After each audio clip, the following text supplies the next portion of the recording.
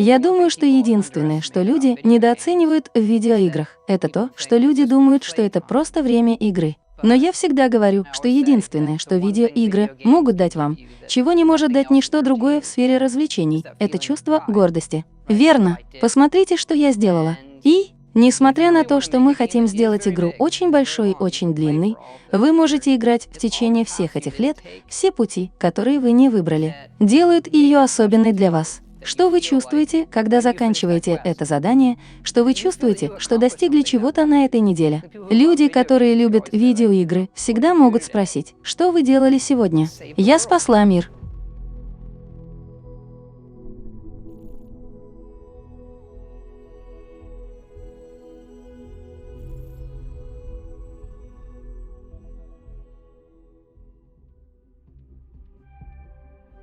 Нам невероятно повезло так долго работать с такой сплоченной группой людей. Типа, мы все друзья. В каком-то смысле это как вторая семья. Мы все в некотором роде знаем или понимаем, что такое игра Bethesda. Определенно есть основная группа, которая работает вместе десятилетиями и знает, как создать игру Bugs. А еще есть новое поколение разработчиков игр, которые приходят и работают в Bugs, которые выросли на тех играх, которые создали эти люди. Для некоторых людей это игры, которые в первую очередь заставили их пойти в индустрию. И что мне в этом нравится, так это то, что эти люди приходят и они тоже любят миры. И они хотят остаться верными тем мирам, в которых выросли. Итак, мы все еще можем поддерживать то, что представляет собой игра Bugs, но продолжаем развиваться. Я думаю, что мы недооцениваем, как долго люди будут в нее играть. Вы посмотрите на Skyrim.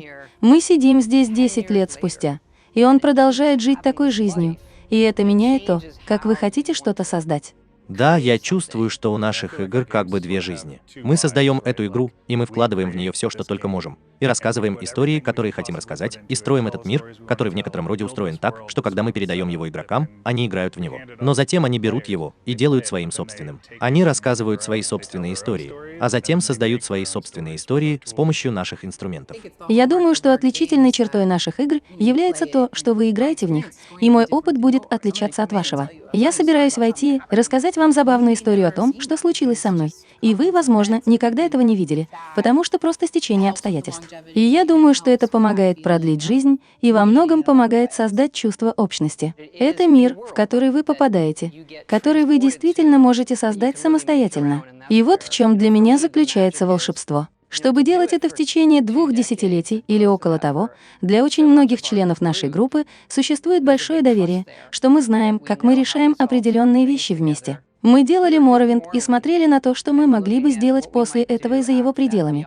И у нас был список других типов миров, в которые мы хотели бы отправиться. И, очевидно, Fallout был в верхней части списка. Если бы мы могли это сделать. И это волшебным образом, к счастью, сбылось для населения. И сразу за этим стояла научная фантастика. Отправляясь в космос, я думаю, что есть волшебство в том, чтобы просто бросить вызов гравитации и взлететь с планеты. Как будто это чрезвычайно трудная человеческая задача. Многие наши игры посвящены исследованиям, и это похоже на то, что конечное исследование — это то, что там есть. Что за пределами Земли, верно. Итак, для нас невероятно интересно работать над чем-то подобным. Я чувствую, что каждый раз, когда мы приходим на игру, мы начинаем все заново. Мы говорим: хорошо, мы только что сделали это. Все кончено. Как нам сделать это лучше во всех отношениях? У этого есть более реалистичная, научно обоснованная основа. В то время как Skyrim — это своего рода эпическая фантазия, это более обоснованная игра и обоснованный сеттинг, посвященный исследованиям.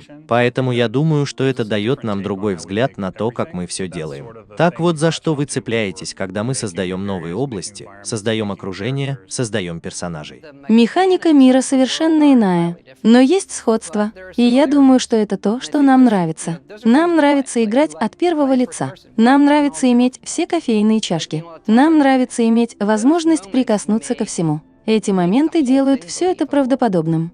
Возможность наблюдать за заходом солнца и наступлением ночи, и просто сидеть там и наблюдать, как мир проходит мимо. Похоже, это не игровой процесс. Но это жизненно важно для того, как вы себя чувствуете во всем остальном.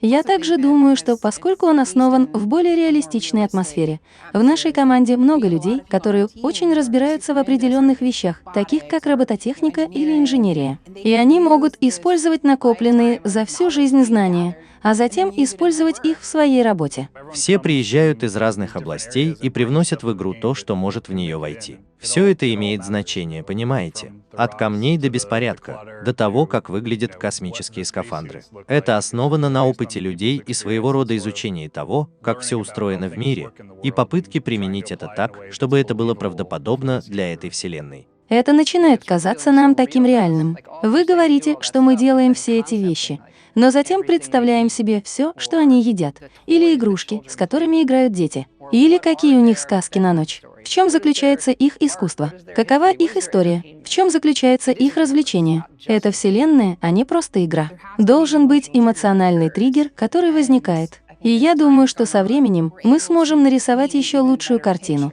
которая вызовет эту эмоциональную реакцию. У нас всегда есть момент выйти, так сказать, в мир.